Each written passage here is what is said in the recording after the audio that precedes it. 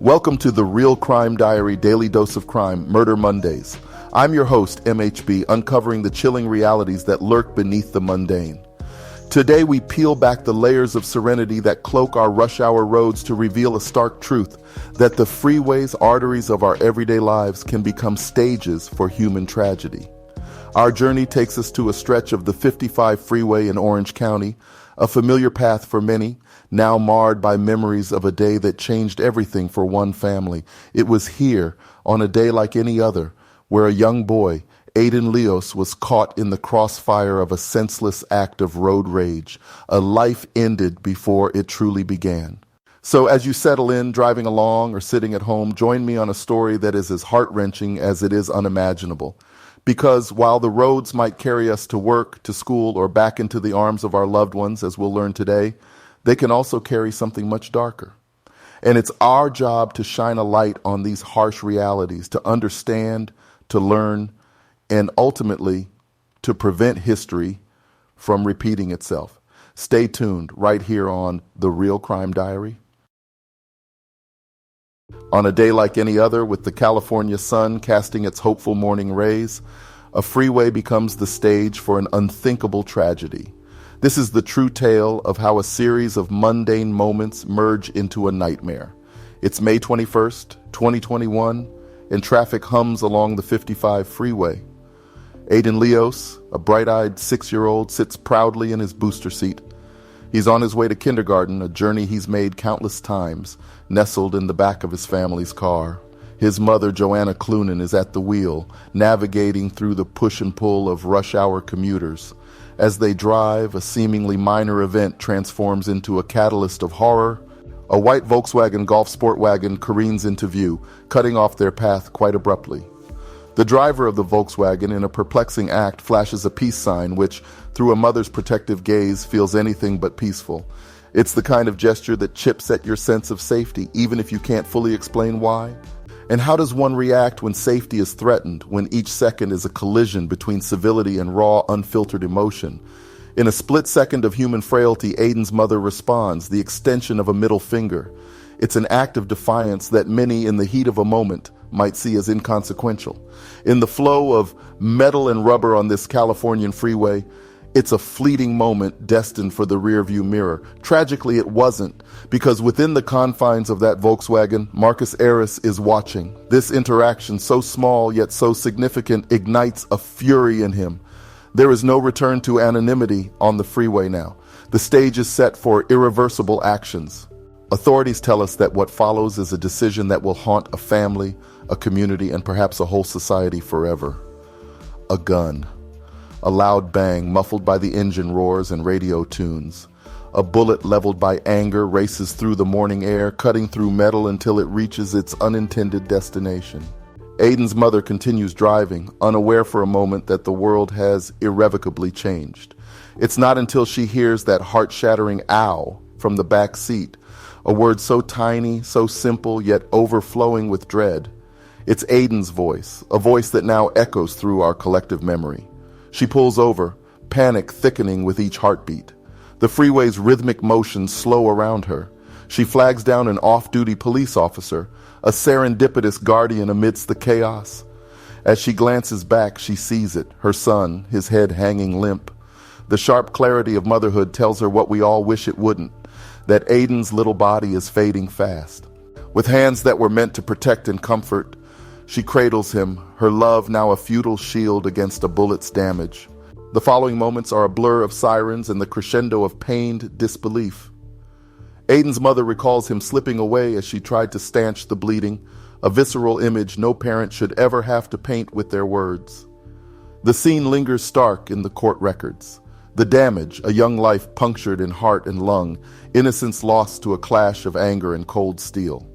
And in this frenetic dance of cause and consequence, a family's trajectory has been forever altered by rage that found a weapon instead of a resolve. Listeners, take a moment, take a breath. As this freeway's tale of everyday commutes spirals into the unspeakable, we're left to ponder the fragility of our shared journeys. Let us remember Aiden, the joyous boy with his life stretched before him, and how a road that carries us forward each day bore witness to his heartbreakingly early farewell. Picture this. You're driving on a bright Californian morning, the route you know by heart, the one that's just a backdrop to your daily routine.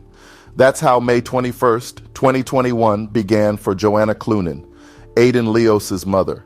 But in a split second, that routine shattered into a nightmare. After the echo of a gunshot tore through the hum of freeway traffic, silence. Then, a mother's instinct kicked in. Joanna's heart pounded as she navigated her car to the side of the road, her mind racing yet frozen in disbelief. Amidst the blur of cars continuing on their journeys, oblivious, a tiny voice barely whispered, "Ow!" And there it was, the center of a mother's universe, her 6-year-old son, Aiden, wounded, the casualty of a senseless act. In the back seat, his little form still strapped into the booster seat that was meant to keep him safe, now became the stage for an inexplicable tragedy.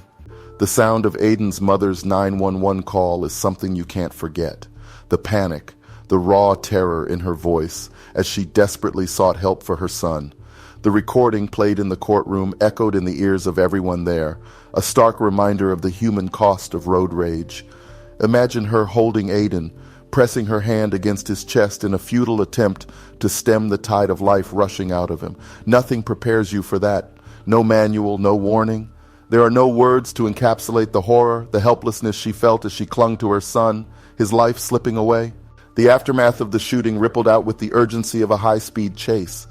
Blue and red lights splashed across the freeway, painting the scene with a chaos that stood in sharp contrast to the meticulous details of emergency response. Paramedics, police officers, and an off-duty SEAL Beach officer who had raced to the scene worked with precision, each second a battle against the cruelty of time. But the sorrow didn't end there. During the trial, Joanna Clunan, a mother pained by the deepest of losses, took the stand. The courtroom was enveloped in silence as she recounted that day, her voice sometimes quivering, a testament to the burden of grief. Her testimony wasn't just a recounting of events, it was an elegy to innocence lost, a family's joy extinguished.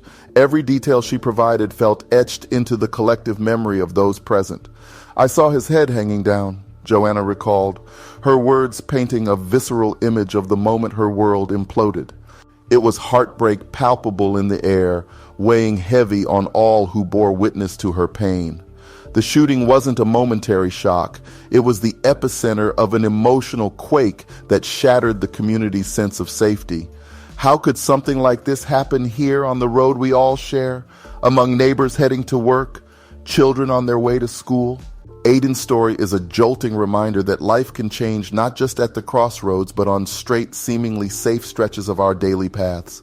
The reverberations of that fateful day on the 55 freeway were felt not just in the court of law, but also in the hearts of anyone who dares to love someone in this unpredictable world. Let's not forget Aiden Leos. Let's not forget that what happened on that freeway extends far beyond the confines of traffic and into the very core of our community, into our collective sense of right and wrong.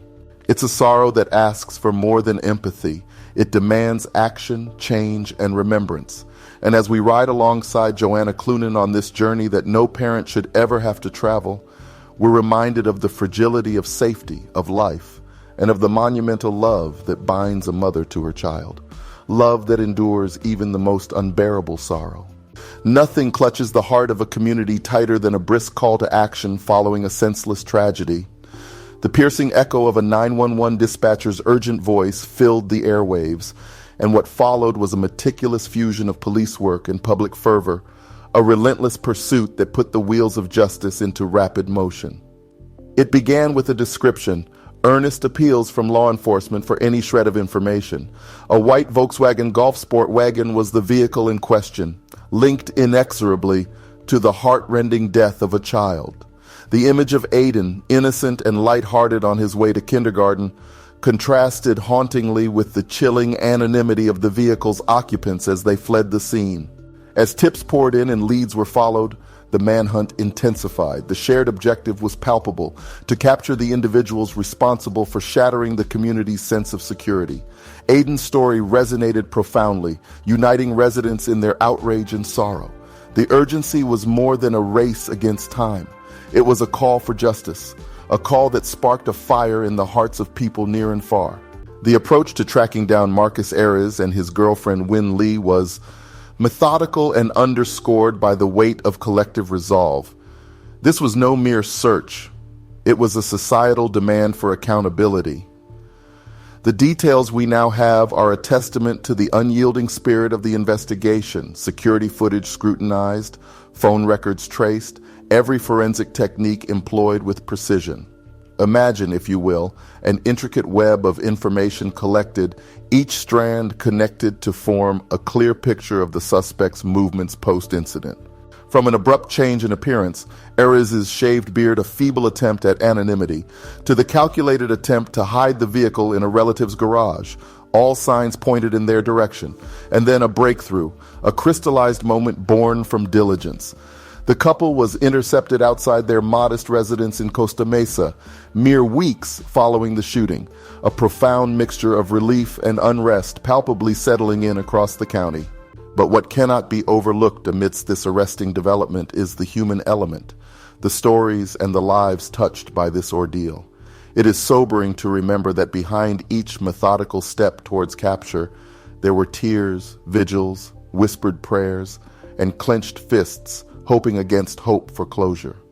The manhunt for Marcus Ares and Win Lee will be etched in the collective memory not merely as a successful police operation, but as an emblem of a community's unbroken spirit in the face of inexplicable loss.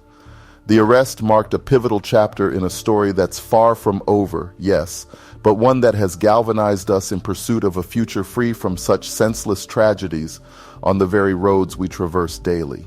To the men and women of law enforcement, we offer our utmost respect for their relentless pursuit. And to the community that rallied, your voice carried the weight of justice, and your solidarity has carved a path to healing. This arrest, this moment of reckoning, is just as much your victory as it is a testament to the indomitable force of collective action in the face of darkness. A hush falls over the courtroom as the doors swing open. This isn't just any trial. It's a reckoning for the senseless act that snatched little Aiden Leos's life. 6-year-old Aiden was riding in the back seat on his way to kindergarten, a journey that should have been sprinkled with laughter, not ended in gunfire. Marcus Anthony Ares, the man in the dock, is no stranger to this tale now. In January, he was convicted of second-degree murder and discharging a firearm at an occupied motor vehicle. Those words, cold, clinical, they don't do justice to the anguish felt by Aiden's family, absent today, perhaps the weight of grief too heavy to bear in the very room where Ares utters an apology. It's a curious thing, a trial. It's a dance of tactics and strategies, each side weaving their narrative. The defense painted a picture of a moment's poor judgment, a lapse that led to tragedy. But the prosecution, they lay bare the callousness, describing how Ares' actions, a retaliatory shot after a perceived slight on the road, turned a family's world inside out. Jurors are the chorus of this Greek tragedy. They sit, they listen. They're the keepers of justice. Their faces, sometimes a canvas of empathy, other times a mask hiding the churn of deliberations. We often forget these jury seats could be filled by you or me. How heavy that burden, deciding the fate of another. But let's step away from the courtroom for a moment. This isn't an isolated incident, not some outlier in a sea of safe travels. Road rage is an epidemic, flaring up in the most mundane of places, between the painted lines where we drive. Studies show an uptick in aggressive driving. Tailgating, cutting off, and yes, gestures far from friendly. We've almost come to expect it. But when does frustration boil over into something darker, more violent? Analysts ponder, seeking patterns in the chaos. Yet amidst the trend lines and data points, the truth remains. Roads are becoming stages for the worst of human impulses. Back between these four walls, the sentence is passed down.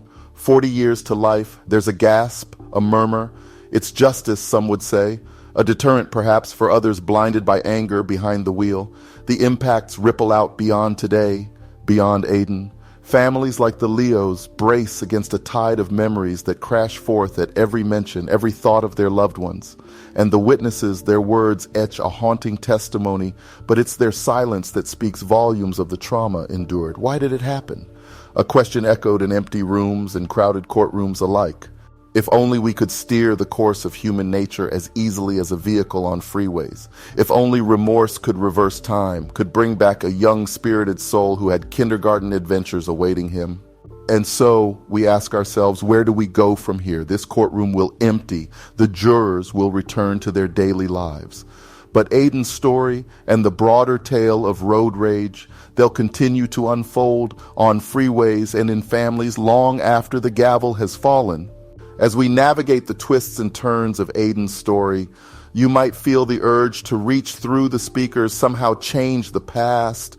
But while we can't rewrite history, we can certainly shape the future. Now's the time to roll down the windows of dialogue and drive a community conversation by sharing our own roads traveled. So, dear listeners, I'm extending an invitation directly to you. Have you ever been caught in the crosshairs of a road rage incident? The horn that blares not just to alert but to accuse, the gesture that flares up in the rearview mirror. We've all witnessed moments when the tension on the tarmac escalates. I want you to think about your experiences. How did it make you feel? What did you do in the heat of the moment? And most importantly, with the full benefit of hindsight, what would you do differently? I'm opening the floor for your stories. But let's not just share anecdotes, let's interact. Picture this, you're cruising along the freeway when suddenly a car tailgates you aggressively. In the spirit of Aiden, what you do next could mean everything. Would you slow down, move aside, keep your cool? Or would you let your temper take the wheel? I want you to cast your vote in our What Would You Do scenarios. Your responses to these interactive polls will spotlight our collective instincts and perhaps guide us towards safer choices. But it's not just about choosing the safest path. Why not share the wisdom of your journey? I urge you to send in your tales of tempered anger, of breaths taken before horns honked. Your experiences could be the compass that guides another listener away from a dangerous detour. And remember, your voice is powerful. It has the weight to tip the scales, the force to push against the tide of aggression on our roads. So I'm calling on all of you, yes, you, the one presently contemplating whether to share, to participate. Send in your encounters with road rage, your reflections and resolutions, be it through voice memos, emails, or comments on our social channels. Together, we'll construct a mosaic of memories, stories that range from the heartwarming to the heart-stopping. These narratives will build future episodes, serving as cautionary tales that echo with the emotions behind the wheel.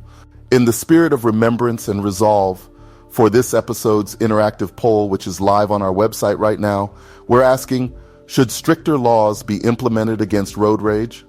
Let your vote speak your mind. It's more than a simple yes or no. It's a signal, a sign of your stand against the unchecked anger that can turn our roads into venues of vengeance. To the anonymous whisperers of the airwaves and to the candid storytellers, your voices matter. It's time to make them heard, to shift gears from passive listeners to active contributors. Let's drive this conversation forward, for Aiden, for ourselves, and for a tomorrow with fewer tragedies mirrored in our rear view. So, go ahead, reach out.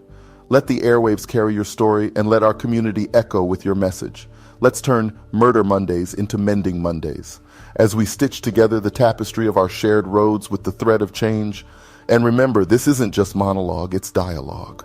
It's you, me, and the open road of discourse heading towards a horizon lined with hope and guided by the headlights of harmony. Together, let's ride towards a future where the only thing we battle during our commutes is maybe the occasionally too chatty radio host. Let's attempt to laugh it off, shall we? Sometimes the law can feel like a foreign language, so let's translate some of the legal terms that came up during the trial of Marcus Ares, shall we? It's essential to understand these terms because they differentiate between degrees of guilt and types of punishment. First up, second-degree murder. This term indicates that the killing was intentional but not premeditated. It wasn't planned in advance. Now, in the case of Aiden Leos, Marcus Ares didn't wake up with a plan to commit murder. However, his actions during a moment of intense rage led to a tragic outcome that was deemed intentional, hence the second-degree murder conviction. Next, firing at an occupied vehicle. This charge is as serious as it sounds because it puts everyone in the vehicle at risk. It's a specific crime to underscore the potential for mass harm when a firearm is used recklessly, as was the case on that fateful day on the 55 freeway. Jurors also found personal use of a handgun to be true. meaning that Aris himself fired the weapon, directly linking him to the crime. Personal use enhancements can dramatically increase prison sentences in California. Shifting gears, let's talk about the invisible wounds, the psychological trauma experienced by victims' families and witnesses of violence. The impact of violent crimes extends beyond physical injuries. It seeps deep into the minds and lives of those affected.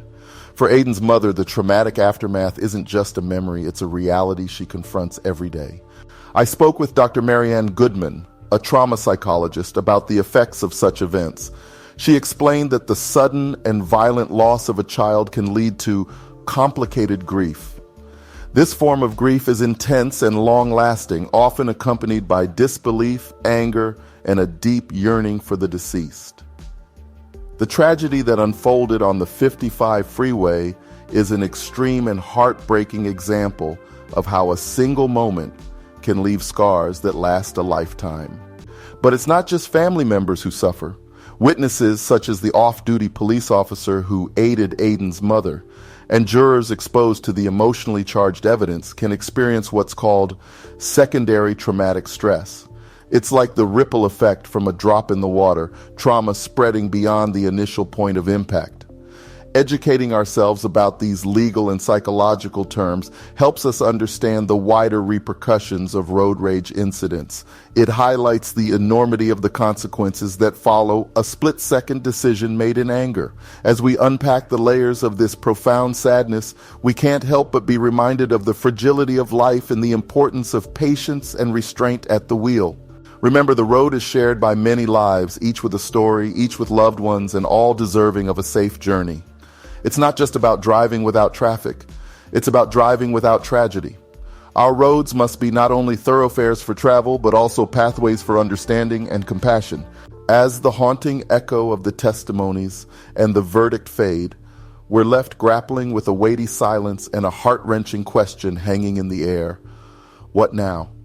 For all the discourse we've shared, the vivid recountings, and the examination of a justice system grappling with a dark thread in our society's fabric, there's a calling, a pressing need that reaches far beyond the confines of a courtroom or the personal tragedy of Aiden Leos's family. With every mile we travel on these sprawling networks of asphalt, we share a common responsibility. Our roads, the vehicles we drive, they extend our homes, expanding our personal bubble into a public sphere where the rules of engagement are sometimes obscure, often taken for granted.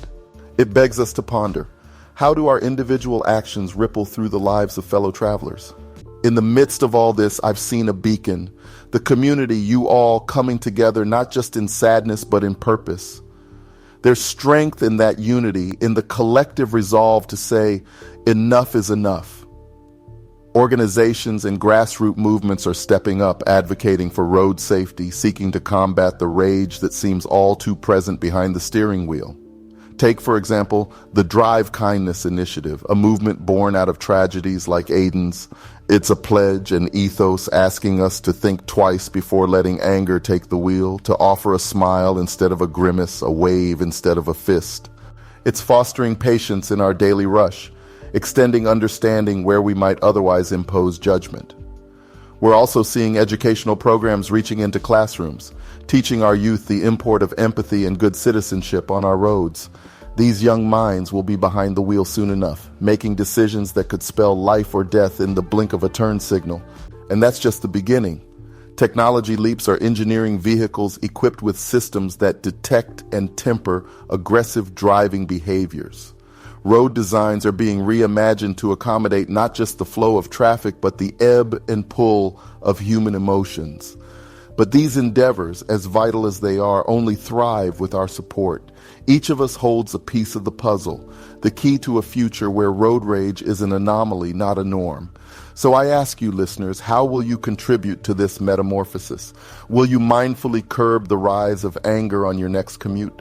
Will you support local programs and policies that promote road safety and mental health awareness? As we reach the end of this episode, let it not be the end of the conversation. Instead, let it be a catalyst for advocacy and change.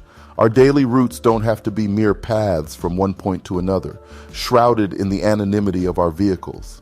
They can be threads connecting a tapestry of respectful, aware individuals, a community that stands in solidarity for the value of every life shared on these roads. Remember Aiden, his smile, his innocence, and the unspeakable void left in his wake. Let his legacy champion a brighter, kinder reality for every child in the back seat, every mother behind the wheel, and every soul journeying along our highways. Together, we find our direction not just with compasses and maps, but with the moral compasses within us. And with that, let us drive forward, not faster or more furiously, but gently, kindly, ensuring that the roads we ride are free from tragedy, armored with a tapestry of humanity. This is MHB signing off but never disengaging. Drive kind, drive aware, and help steer our society to a safer tomorrow. And just like the fading taillights on a lonely stretch of road, our time today is coming to a close. But this isn't where our journey ends, it's where the real work begins. If Aiden's story has moved you, and how could it not, I'm calling on you to take that emotion and turn it into action. Subscribe to The Real Crime Diary, daily dose of Crime Murder Mondays, like what you've heard, and share this episode far and wide. It's our collective voices that amplify the call for change. Every like, every share, every conversation can build towards a future where tragedies like this are a thing of the past. Let's band together, not just as listeners of true crime, but as advocates for a safer tomorrow. So, hit that subscribe button, pass the story along, and keep this conversation alive. Together, we can drive change and ensure our roads are free from fear and full of hope for the generations that follow. Until next time, stay vigilant, stay kind, and always seek justice. This is MHB signing off, but never standing down.